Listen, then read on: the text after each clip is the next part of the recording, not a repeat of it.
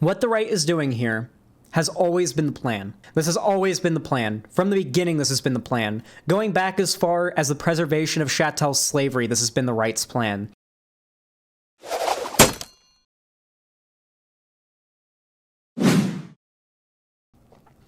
The Supreme Court has voted to overturn abortion rights, draft opinion shows. So, a draft for a decision by the Supreme Court of the United States of America, I believe, was it 2 or 3 justices that were appointed by Trump in his one term? Did 3? He got 3 Supreme Court judges in during his God, that's fucking insane. 3 Supreme Court judges. There's only like 9 spots, right? It's only 9 seats on the Supreme Court. It was Gorsuch, Kavanaugh, and Barrett. Yeah. Yeah, so that's, Trump has literally appointed a third of the currently active and sitting Supreme Court justices. When lefties tell you voting doesn't make a difference, you point to that. And we're going to get into the really stupid lefty takes about this soon, because the types like Mike from PA, the tankies, the Nazbuls, the class reductionists, all like the worst types of leftists, basically, are all using this as like, so, you thought that voting would help preserve our rights. Well, here's evidence that it doesn't. And it's like, but us voting more would have prevented this. I actually think that the people complaining about this don't know how the Supreme Court works. The Supreme Court consists of people who are nominated by the president. The president is technically, usually, elected by the people. The actual process that goes through is one in which we actually have representatives that cast electoral ballots, and then that's what really makes the decision. And technically, those representatives could vote however they wanted, despite the popular vote in their own individual states if they really wanted to, and the electoral votes could split however they really want. But we're not really going to talk about that. Essentially, for the most part, your vote can have that effect. More people on the left voting, having prevented Trump from getting elected, probably would have stopped this. Had we had a Democrat president for the last 4 years we have a Democrat president for the last year, sorry. If we had a Democrat president the last 5 years, then we probably wouldn't be in this situation. But regardless, let's go ahead and get into it. For those that don't know, Roe v. Wade, very important Supreme Court ruling. It is what has federally protected the right to abortion for uterus havers all around the country for a good long time now. I don't remember exactly when it was passed, though I believe it was the 1970s, if I remember correctly. The Supreme Court has voted to strike down the landmark Roe v. Wade decision, according to an initial draft majority opinion written by Justice Samuel Alito, circulated inside the court and obtained by Politico. This was leaked. This was leaked to Politico by somebody, which means that somebody who has very strong inside information on what the Supreme Court is up to decided to leak this to Politico, make it public, and let the world know that uterus havers, as we'll say, here in America, are about to lose a significant amount of their rights, especially in red states. This was purposefully leaked by a based individual who is awesome. This is why people that leak shit from the government are so important. It's why we love our whistleblowers here. The draft opinion is full-throated, unflinching, the draft opinion is a full-throated, unflinching repudiation of the 1973 decision, which guaranteed, 1973, I was right, which guaranteed federal constitutional protections of abortion rights, and subsequent 1992 decision, Planned Parenthood versus Casey, that largely maintained the right. I'm so sorry. I can't read right now. Roe was egregiously wrong from the start, Alito writes. We hold that Roe and Casey must be overruled, he writes in the document, labeled as the opinion of the court. It is time to heed the Constitution and return the issue of abortion to the people's elected representatives. That's really, really funny. I've been hearing conservatives for a while now saying that all that was written was that they were trying to return the issue to the people's decision. The actual quote is, it's time to heed the Constitution and return the issue of abortion to the people's elected representatives. Let me explain something to you guys. For a very long time, the right, when it comes to the right has wanted to take rights. Funny how they call themselves the right, but they want to take rights away from people. They have wanted to take the rights away from minorities for a very long time. The problem is that we do our best to try and prevent it from being possible to specifically discriminate on paper through the law. We've tried to make that harder. And as it stands today, it's significantly harder than it used to be. So when conservatives want to hurt women or black people or whatever, they have to do it a little bit more creatively now. And one of the most creative ways they've done it is realizing that it's a lot easier to pass really discriminatory, horrible laws and policies on a state level and have the people of an entire state be subject to those laws, revocations of rights, etc., than it is to impose that entire will on the whole country on a federal level. So for a very, very, very, very, I'm so sorry, I don't know how to stop that. It's from a thing happening with my computer that just been happening over and over again. It just beeps and then stops for a while and then does it again. I have no idea what USB is doing it. I have no idea how to fix it. It doesn't tell me anything about what's causing it. It just does the noise over and over. You can cut that out, Cherry.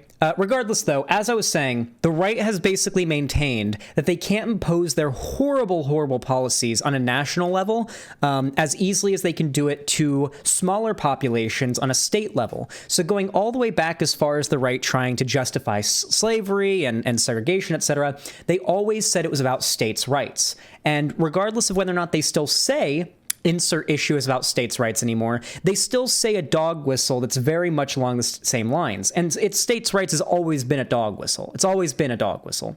What it really means is we know that we could never, ever impose this horrible rule on a federal level. And so we will give the freedom to impose it to red state politicians on a state level. And that is what they're attempting to do here. While yes, they are, planning to, repeal Roe v. Wade, and this will affect everybody on a federal level. This would still allow people in red states to be able to just go to a blue state and do something, right? Their goal isn't necessarily to impose this policy on the whole nation. They are trying to get as strong of a stranglehold in these issues in red states as they can, because they know the more they make their states stronger and stronger red, the more their policy gets more and more right-wing. They know this increases their chances in holding those states.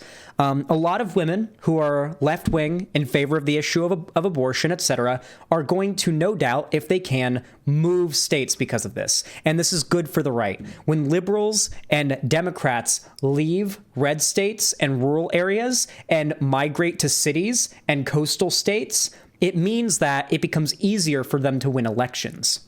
And basically anything on as far as elections go, whether it be in that state or even on a federal level, for presidential elections, making it so that more left-wing voting people flee to the coasts. Well, if they're all in New York City and Boston and LA and San Francisco and Seattle, well, now all the flyover states are hard red.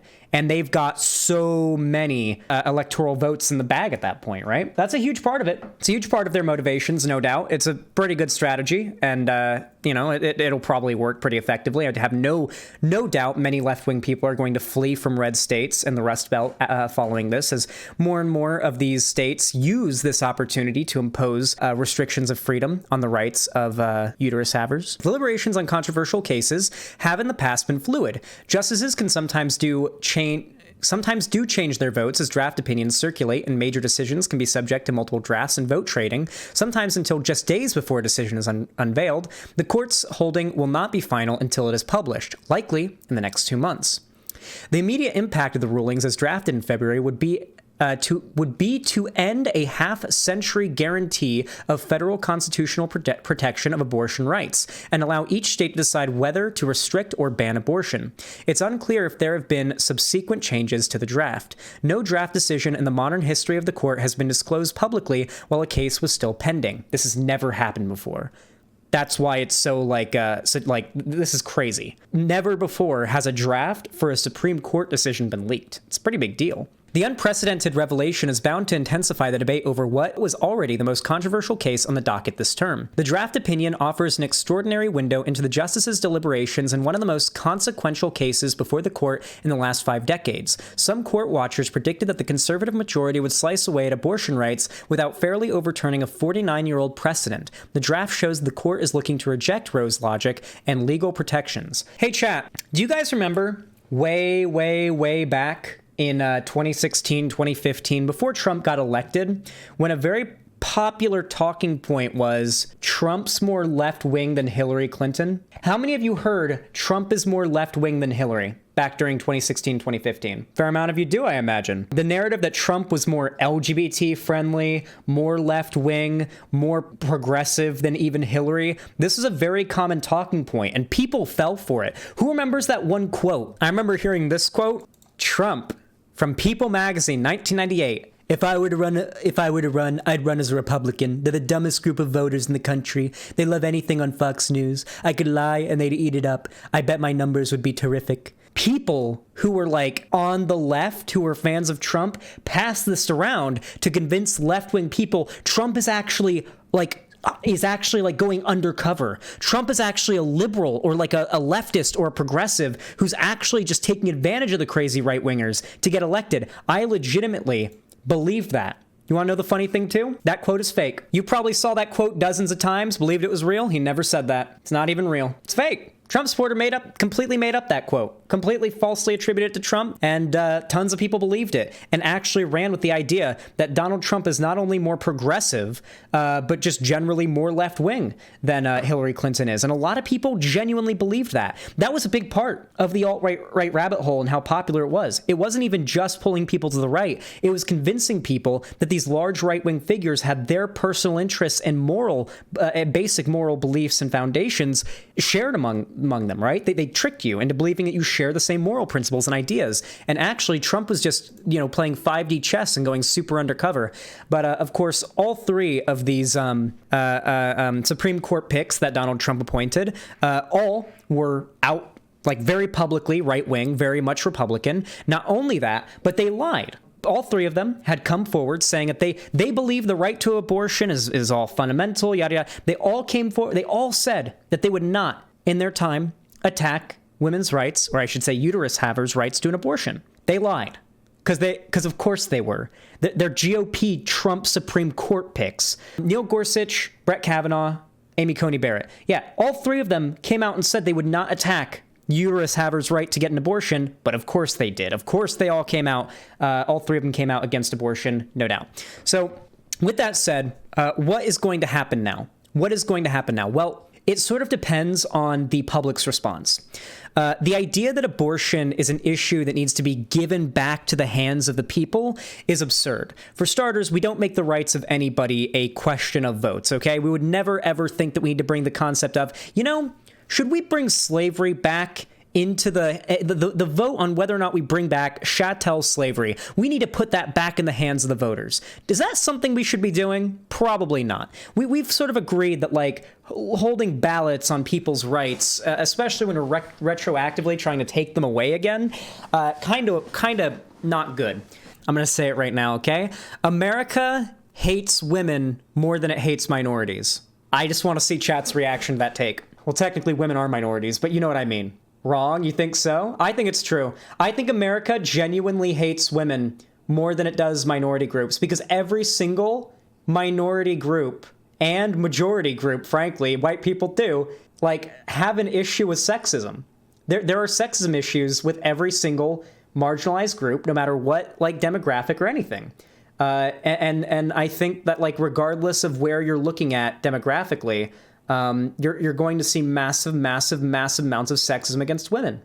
And our entire society is built upon controlling women. The idea that like men need to get married and own a woman. That's essentially what marriage is meant to be, owning a woman. Like functionally, right? Like the way that it's sort of framed is like, you're a husband, you get a wife, now you have a woman, right? She does the chores, she does the stuff you don't want to do, and maybe you do like the stuff like, maybe you're the breadwinner, maybe you make the money, but the wife is the one who does all the shit you don't want to do, right? Like that's functionally like what our society views women as, like future wives, which are essentially treated like property.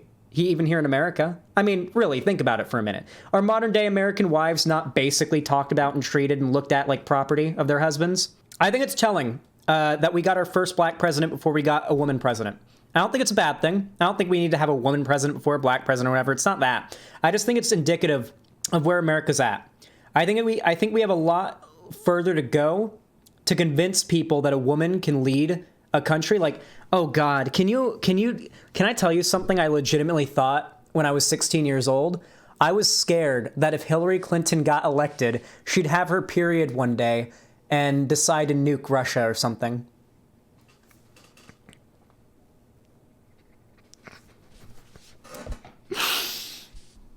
I believed that when I was 16. I don't think Hillary Clinton was having periods back in 2016. Maybe she, but I'm going to guess she's not going through periods anymore in her life. Regardless, though, that was a very stupid take. What is going to happen in the foreseeable future now that this now that this repealing is said to be going through? Well, we still have about 2 months before this is expected to go through. Public response to it, well, that's going to be questionable, whether or not public response to this is going to have much of an effect. Supreme Court justices can be impeached, and there are people calling for the impeachment of the 3 Supreme Court justices that Donald Trump put into place because they, and I quote, lied under oath about whether or not they would attack women's rights to get abortions.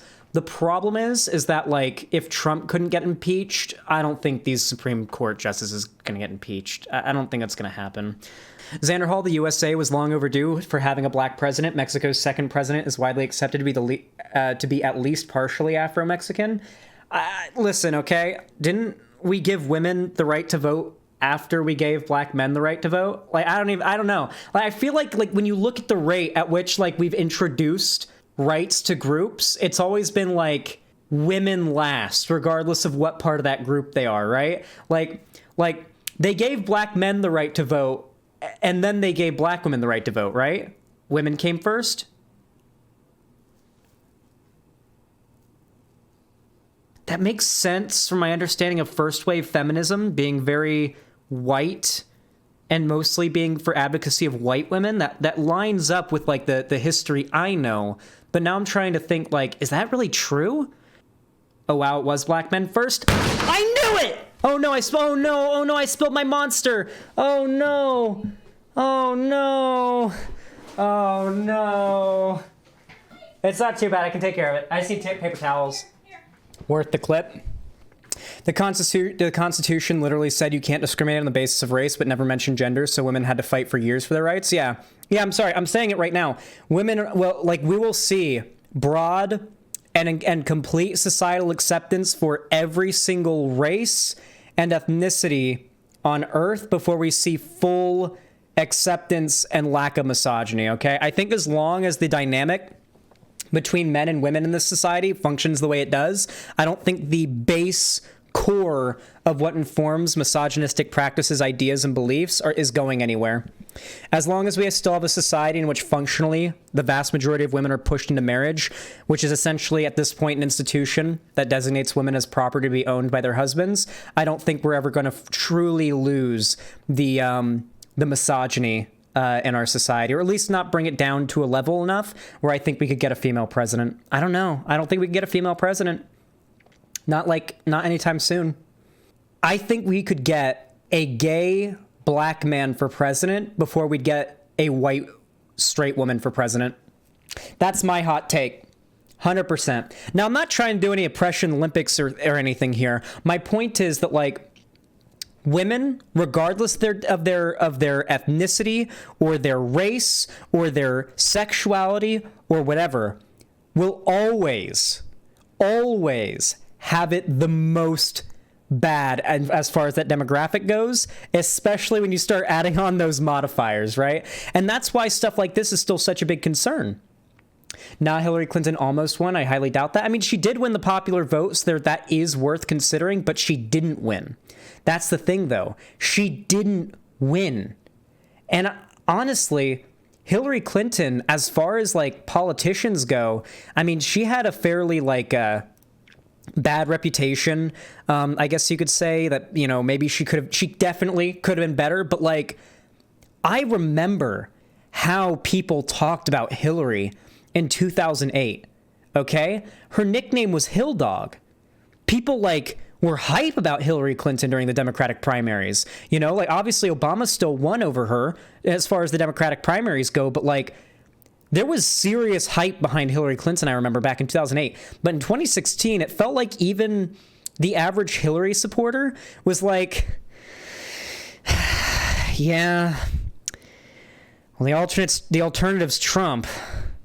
Listen, I was 9 back then, so I'm not like acting as though I've got a strong memory of 2008 and that election or anything. But my point is that, like, clearly something about the rise of the right and like the propagation of the propaganda they push, especially with like Fox News and whatnot, and Tucker Carlson's growing popularity. It's not even I mean, it's still growing, but it's just already at this point big enough to be catastrophic.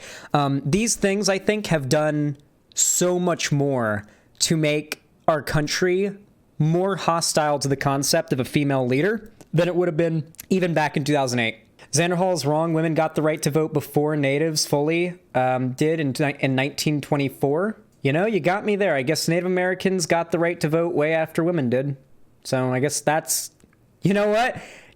Above every single other demographic, Native Americans have it worst. Okay, we'll do it there. No, we're not doing, this isn't for Oppression Olympics. My point is, people probably think that misogyny, as far as it being like a serious problem in our society, isn't really like the top of the list, right? It's not really the top of the list of priorities. It's not as like prevalent as homophobia, transphobia, racism, etc.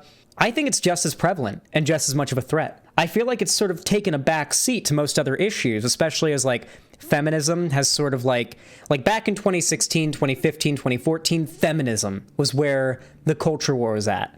Right now, it's LGBT and mostly trans rights is where the culture war is at. And this has kind of resulted in, ironically enough, I feel like a lot of the left sort of forgetting that, yeah, misogyny, just good old-fashioned, right out the oven, bargain bin, store brand misogyny, the most pure form of it, still very much a problem in our country, and a demonstration of why there is so much desire among Republicans to end, uterus havers' right to receive abortions. If world leaders were women, they just give each other the silent treatment is still an active joke. That is a pretty funny one, though. It would actually probably work out better for the world, though, right? If world leaders just gave each other the silent treatment instead of going to war with each other. Legitimately, that would be better for us. Well, let's just say modern-day conservatives are really expanding the definitions of what they consider to be death penalty-worthy crimes. Right now, there's I believe, Mississippi GOP figure who is actively advocating to add gas chambers as a method of execution for death row inmates in that state. And he also wants to include child abuse and grooming as a executable offense. The problem is what this Republican politician considers to be grooming is also teaching children about gay people existing in schools. He actively said that he wants to either firing squad or gas chamber anybody who tries to teach kids about LGBT stuff. He outright said it. And he almost won his what he was running for as well, too, which is even scarier because he very, very easily could have been an actively serving Republican politician saying this. So that would be pretty terrifying. But yeah, as I said before, the right, like the red states, the right-wing states, are going to get much and much, much worse. The Republicans are expected to sweep the midterms.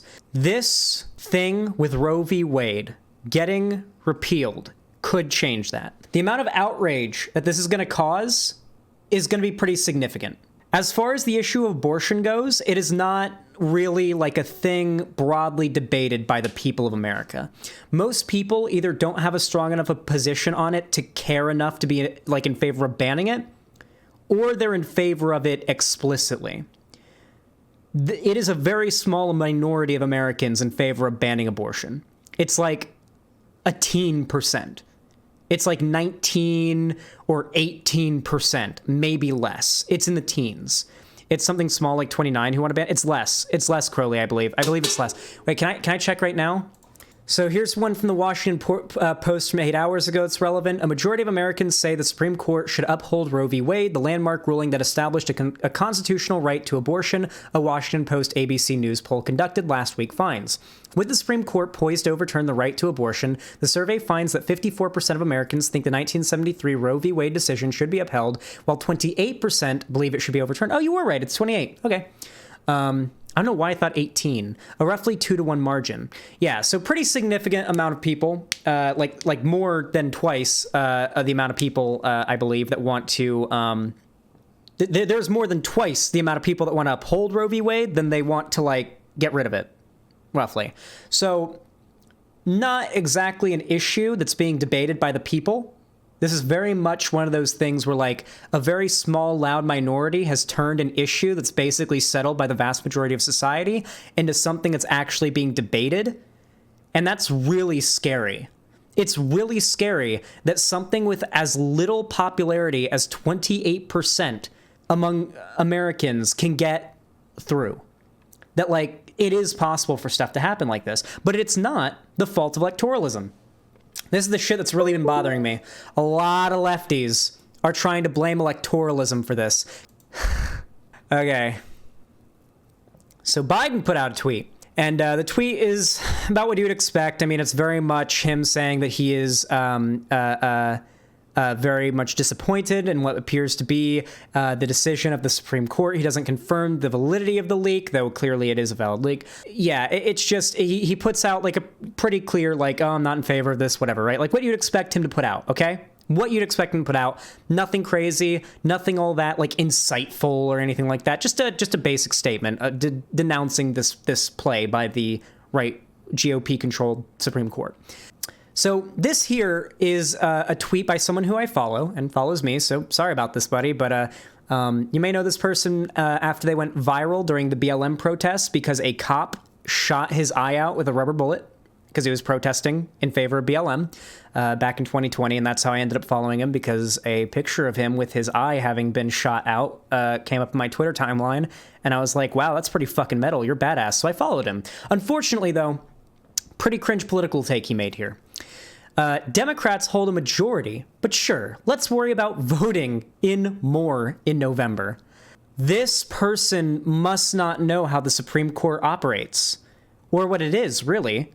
Like, does this person not know what the Supreme Court is? The Supreme Court does not have a Democrat majority. I'm sorry, literally 3 Republicans were appointed by Trump in the last 4 years. There's only 9 of them. That's a third of them were appointed by Trump. They're the ones who made this decision. Trump's elections what allowed this to occur. The president is who appoints Supreme Court judges. The Supreme Court is who made this decision. Democrat presidents tend to elect Democrat Supreme Court judges who tend to uphold their values. That is literally one of the main reasons why voting for a president is so important. The Supreme Court not only makes these decisions, but upholds these decisions on really big, important issues. Voting is not as simple as who's the guy sitting in the chair who gets to say he's in charge of the country or who gets to pass executive orders. He appoints people who serve lifelong terms.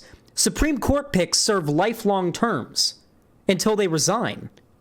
These, like, I think there's like the option of impeachment, of course, but I mean, that's highly rare and unlikely. I don't even think I don't know, but I don't even think a Supreme Court justice has ever been impeached before. Has that ever even happened?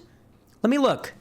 Of the 8 votes cast, the closest vote was 18 for conviction/removal from office and 16 for acquittal in regards to the Baltimore grand jury charge. He is the only U.S. Supreme Court justice to have been impeached. Oh, Samuel Chase in 1811, or died in 1811, was the only Supreme Court justice to ever be impeached.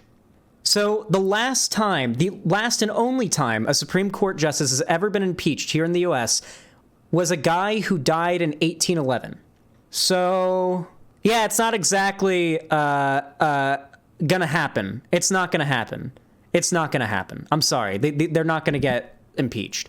They're probably going to serve their whole lifelong, positions, and we're probably going to see a Republican majority Supreme Court for most of our lifetimes, most likely.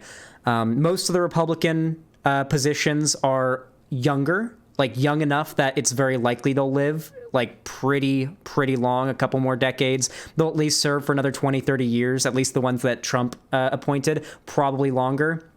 And the sad part is, too, at least in my history, Democrat Supreme Court justices have been so fucking stupid. Who was it that Trump replaced that died while he was serving that really should have stepped down during Obama's term? RBG. Ruth Bader Ginsburg should have stepped down during Obama. I'm sorry. I'm taking the fuck Ruth Bader Ginsburg for not stepping down during Obama's term. Legitimately, fuck her for not doing that. Because she should have known where she was going.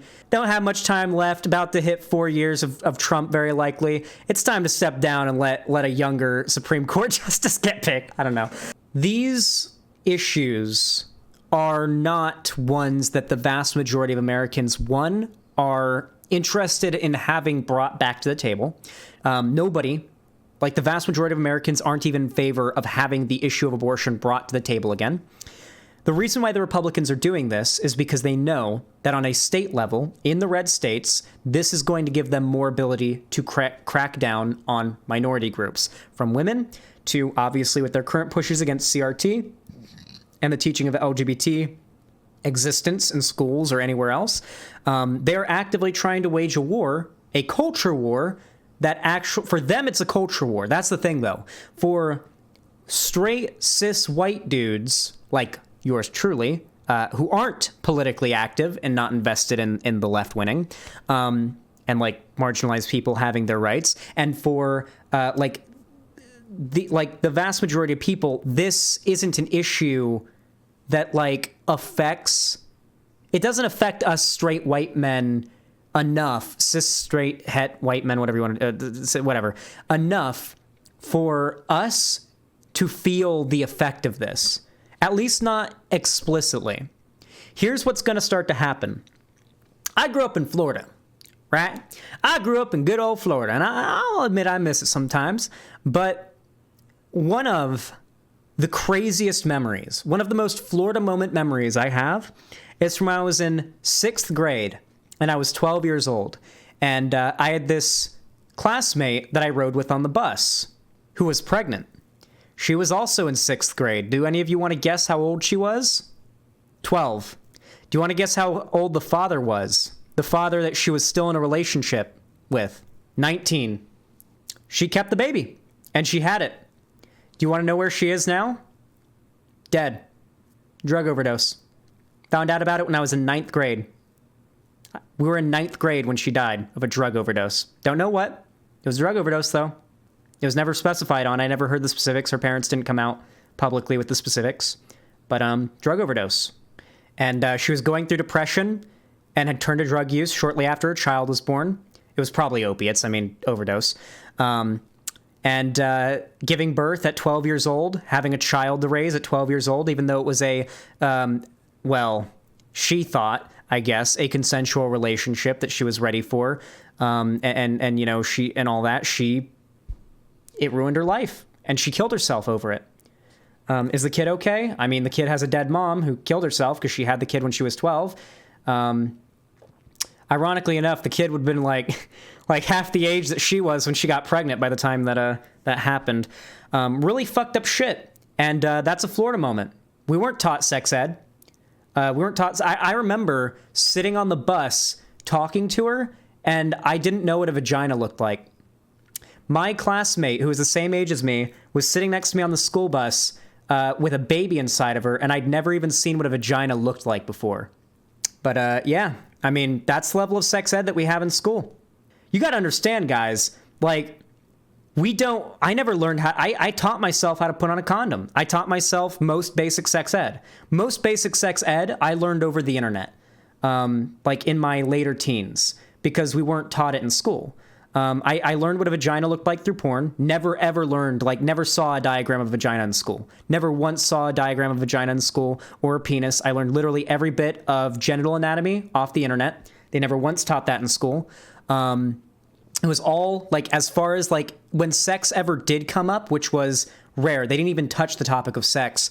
But if it ever did come up in like a health class, like, and to be clear, health class was, you're going to have to start putting on deodorant and like, you're going to get sweaty and just like the most basic, the basically is telling us what we're going through as far as puberty is concerned. Nothing as far as sex. Did not teach contraception. Didn't even know what a condom really looked like until I got handed one in real life and practiced putting a few of them on in the shower. So I could like, not in the shower, like I just got naked in the bathroom when I was about to get in the shower, you know, like got myself nice and hard and then practiced putting a few on and just, you know, taught myself how to do it on my own dick. But that's how I learned how to put on a condom, just trying on condoms. When I turned 16, my mom bought me a box of condoms because she thought I was sexually active, and I just didn't have the heart to tell her, like, Mom, there are no woman for like years is going to let me put my penis anywhere near her vagina. I'm sorry. I'm not going to need this for another 2.5 years. But yeah. What, you mean parents aren't good teachers that will just know to teach this stuff? Yeah, I never got the sex ed talks from my parents either. My mom's, if you could consider anything my mom ever told me sex ed, it was more traumatizing stuff. It was more, okay, my mom's favorite thing to do was to watch, like sitcoms that had like the mom in it that was known for being really strict and crazy, and to emulate the behavior of those moms as much as possible. It's like Lois from Malcolm in the Middle, Rochelle from Everybody Hates Chris. She idolized these characters and put their parenting on a pedestal as much as possible. She viewed their parenting as a guide on how to parent me almost. And so one of the most common things that my mom would say, a line that Rochelle and Everybody Hates Chris would say is, I ain't raising no babies. Anytime I went anywhere near a woman and she wasn't around, the thing my mom would yell publicly for people to hear is, I ain't raising no babies. That's one that my mom would have said, yeah.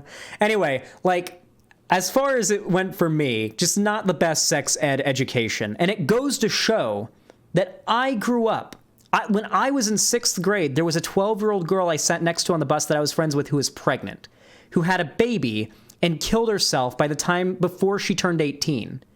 No, because Trump wasn't elected. It was the year before Trump got elected that she killed herself, I remember. So it would have been 2015, like September. I thought it was 2016 because it was late 2015. I apologize. Anyway, basically, granted, the story I just told was like the most horrible possible scenario. The most horrible possible scenario is girl gets pregnant at 12 years old, kills herself 3 years later because she can't handle the stress and everything. And she was trying to go through school. She was trying to stay in school. And if I remember correctly, like, ironically enough, as weird... By the time she killed herself, the baby daddy of the child was like 24 at that point. I mean, that may be a very horrible example of what can happen, but it's not an entirely uncommon one. Stuff like this happens all the time. Listen, okay? If you want to see some teen pregnancies, all right, you go to a fucking Walmart in Florida past 10 p.m.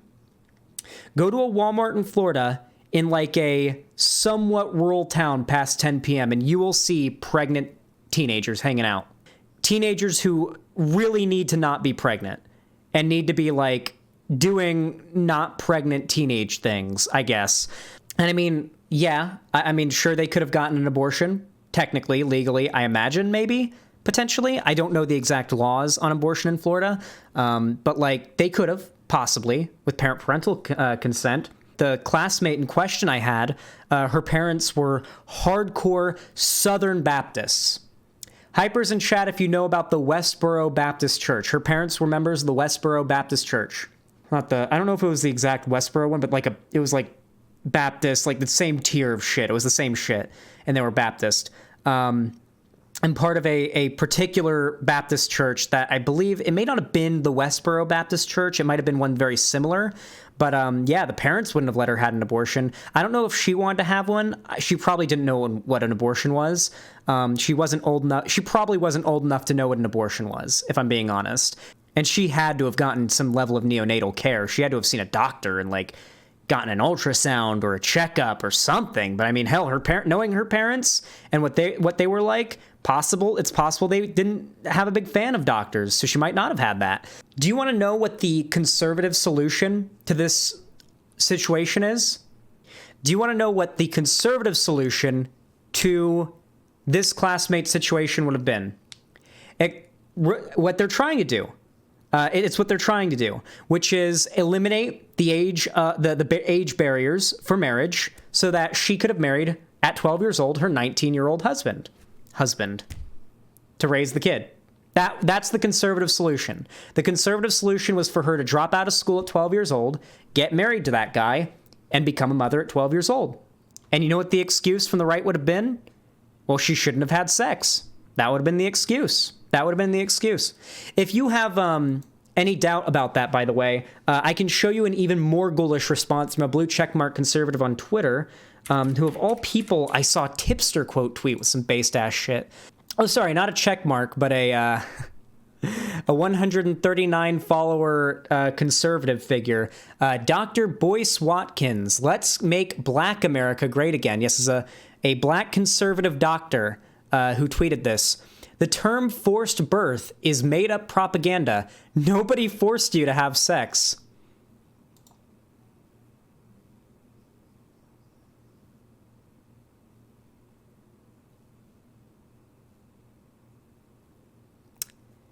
So yeah, if you're under any delusion that conservatives are not ghoulish enough to say, well, the 12-year-old should have married the 19-year-old guy, dropped out of school, and become his wife, then the fact that conservatives don't even believe in the concept of forced sex or rape should perhaps be an indication of just how ghoulish these subhuman fuckers are willing to get. And yes, I do think conservatives like this are subhuman, and I'll call them as such. I know that many of you guys don't like the term subhuman or degenerate or these terms popularized by the right and commonly used against marginalized groups in the past. I think we need to adopt these terms. I think we need to start calling conservatives subhuman. I think we need to start calling them degenerates. I think, hell, you know what? I think we need to start adopting like yikesy language to refer to conservatives as. I'm all on board, okay? The same way that we took all the power away from right-wing dog whistles and talking points and memes like based and red-pilled and whatnot. Based and red-pilled used to mean what the right says it means, and that's what it was used as. Now everybody uses based and red pill so goddamn, non-politically and just randomly and for the memes, and it's such a normie meme now. The right has abandoned based and red pilled. Like, the people who say based and red pilled on the right now are like not the ones that are getting taken seriously, you know? Do the right wingers that have a large audience that are taken seriously ever say based and red pilled anymore? Of course not. They call left wing people predators and groomers, and they've completely changed a lot of their talking points, at least on the surface they have. There's a certain point where, like, a president has become historical enough that criticizing them ends up becoming, like, cringe to the vast majority of people. Like, if I said, Abe Lincoln wasn't as good as people say, then, like, the average American would lose their shit. Because the average American was taught a very whitewashed history of the vast majority of these figures that, like, played a part in America's history, and like, most people think of Abe Lincoln as this sort of white savior figure, essentially. I'm sorry, that's how Lincoln's been, like, sort of immortalized as in American history, as, like, quite literally a white savior, like the guy who ended slavery. Like, and the right uses that as a talking point, by the way. Have you ever heard right-wing people say white people ended slavery? They say that. I think I had a right-winger say that to me in a debate once, that white people ended slavery. Even the ending of slavery is something they'll use, that white supremacists will use to make white people look better. Even though it was white people that started chattel slavery. And it's not even true even. Yeah, and of course, that a big part of the idea that Lincoln was this white savior who had this strong moral aversion and political aversion to slavery. He fought for his life to his death to end slavery. These ideas are ideas that allow the Republican Party to claim they're the party of Lincoln and continue to brainwash a vast majority of people into believing that the Republican Party was once, or what is currently the Republican Party was once like this amazing thing, and so it must still be this amazing thing. It should go without saying the Southern Switch happened. The political structure of America back then was very different than it is now. It's just not the same. Like, okay, so back in these days, essentially what mattered most was where you were from, not your party. Northern Republicans and Democrats were both pretty consistently in the same spot as far as slavery goes. Southern Democrats and Republicans, the same damn thing.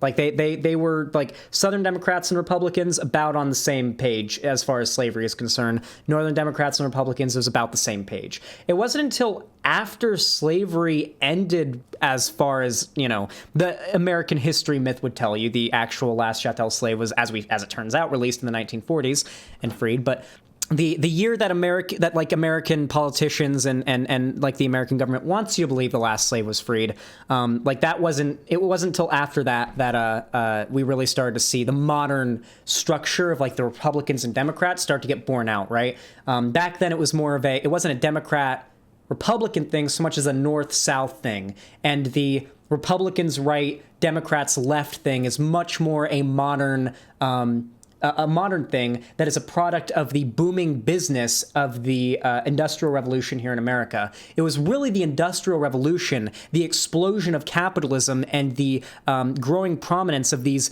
millionaires and these giant businessmen who owned massive amounts of wealth. Like, if any of you ever played Red Dead Redemption 2, figures like Leviticus Cornwall, if you ever remember him, your Leviticus Cornwall types were the first traditional Republicans that you would consider to be today.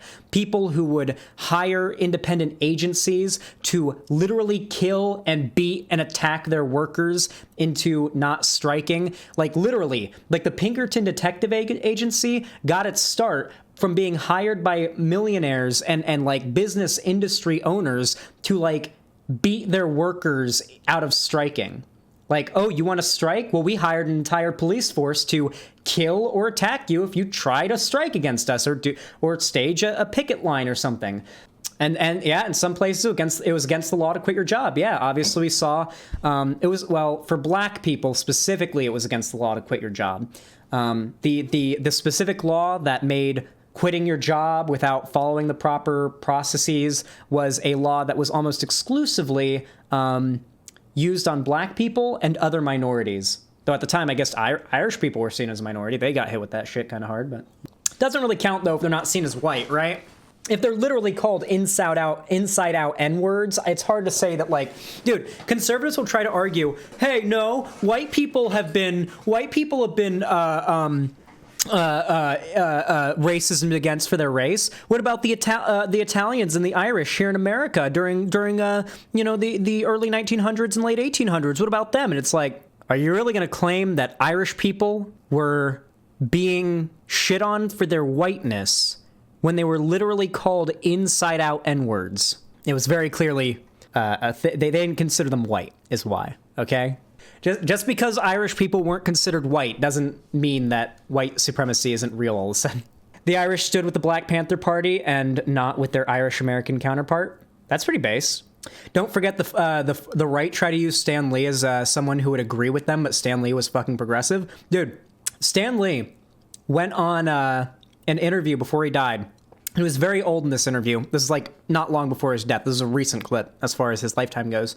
And he's like, yeah, well, something I would do very often when I was bored would be like, well, what can I do to make this comic line more interesting, to make this character more interesting? And one of my favorite things to do would be to change the race, the gender, the sexuality of the character and see how interesting I could figure out a story to make that relevant around, right? And that was literally what he said. He said, DC Comics reached out to me to write a few books for them, and they wanted me to write a run of Batman to be a little more interesting. And my suggestion on how I would create a new run of Batman to be more interesting would be to make Batman black. Make Batman a black man. Make him struggle the fact that the prison industrial prison system is very profitable, is racist and is for profit prisons and all that. Like, have him have to struggle with that fact.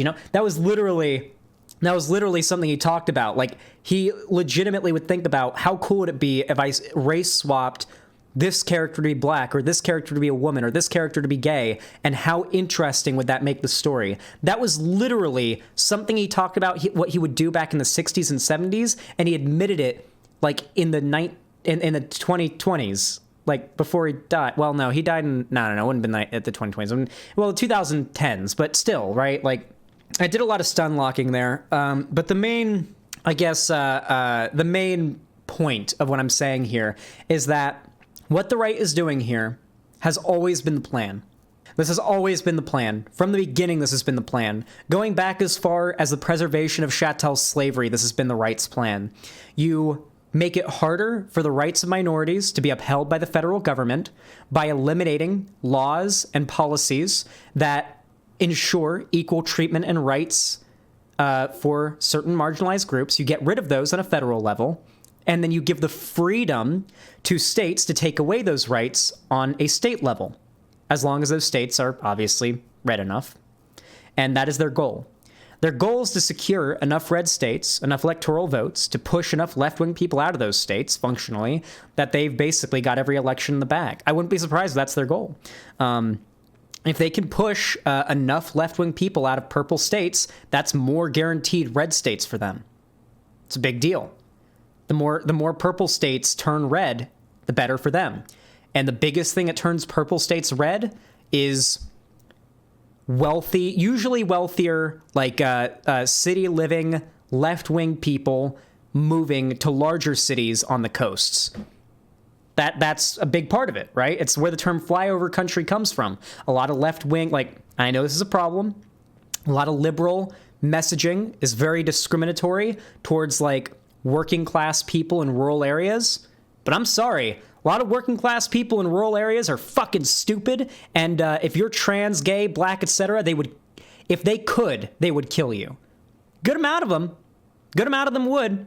I'm sorry, but like some of the like rhetoric against like people out in the Rust Belt and in these like southern states, a lot of like the liberal talking points about that, the jokes, etc., quite warranted and deserved, okay? I'm sorry.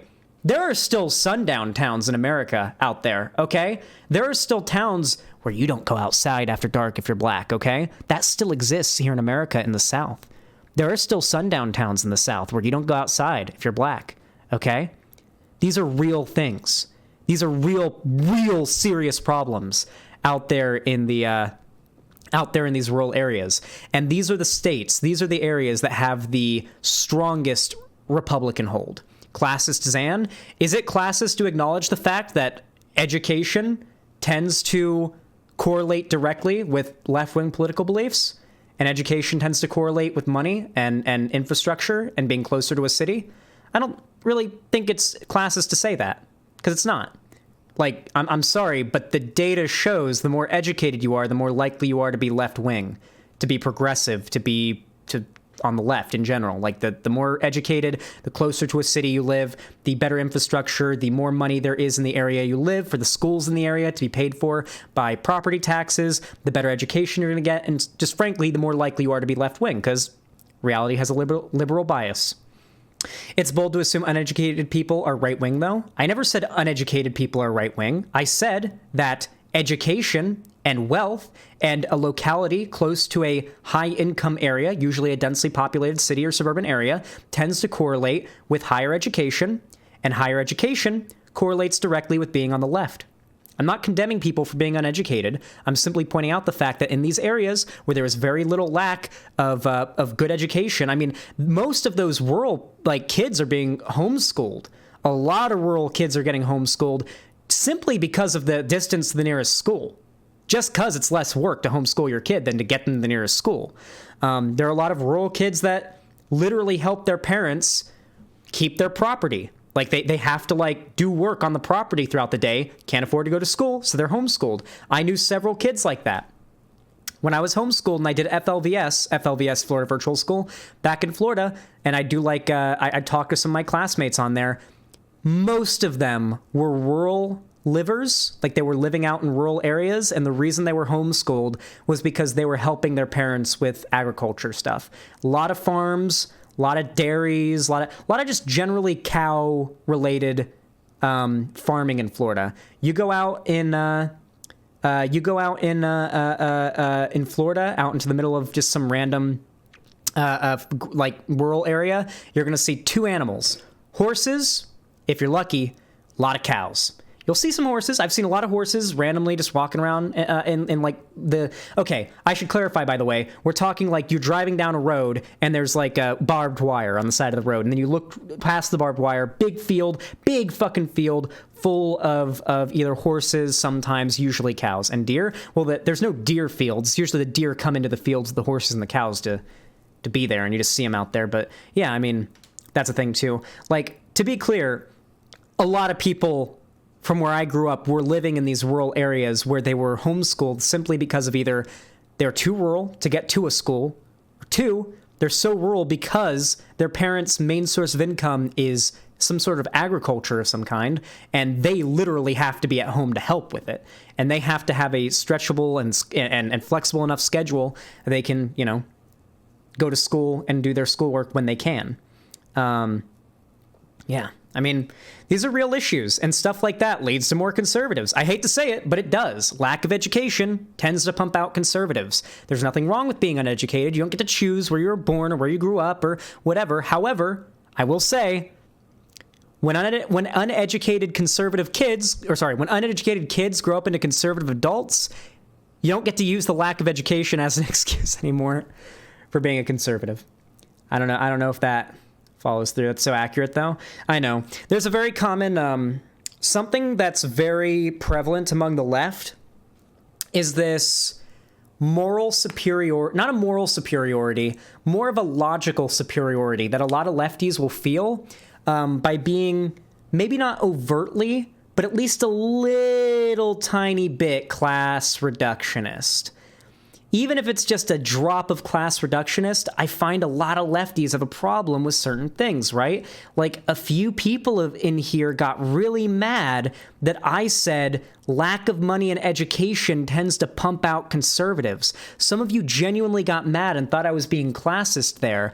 And it's because you guys get more offended at me criticizing conservatives because maybe my criticism might come from a place of like wealth privilege. Trust me, it's not, okay? Listen, all right? I don't make enough money to buy enough food to get my calories in to be in a calorie surplus, okay? I am not talking from a economically privileged position, all right? Healthy food, by the way. I can't afford to get into a calorie surplus with pizza, I guess, but like, I don't make enough money to buy like 5 pounds of chicken every grocery store visit, so I have to eat 2,800 calories a day to be in a calorie surplus, chat. Thank you so much, guys, for the donos, the views, everything, the support. If you enjoyed this segment, please consider leaving a like, subscribe, ring the bell icon, follow my social media, especially if you want to see me do more coverage about the Roe v. Wade repealing thing. If it does go through, if it does end up being as bad as many are expecting it to be, I'll of course be covering it. I will be following this story. If you want to see more, make sure to ring the bell icon and click that sub button and like the stream as well. If you're watching on YouTube, you're watching the stream or the video, please drop a like. It's completely free. It takes half a second, helps the channel more than you even realize. YouTube values likes more than ever right now. And, just having a high like to view ratio really helps the channel. So consider dropping a like. It helps a lot. Thank you.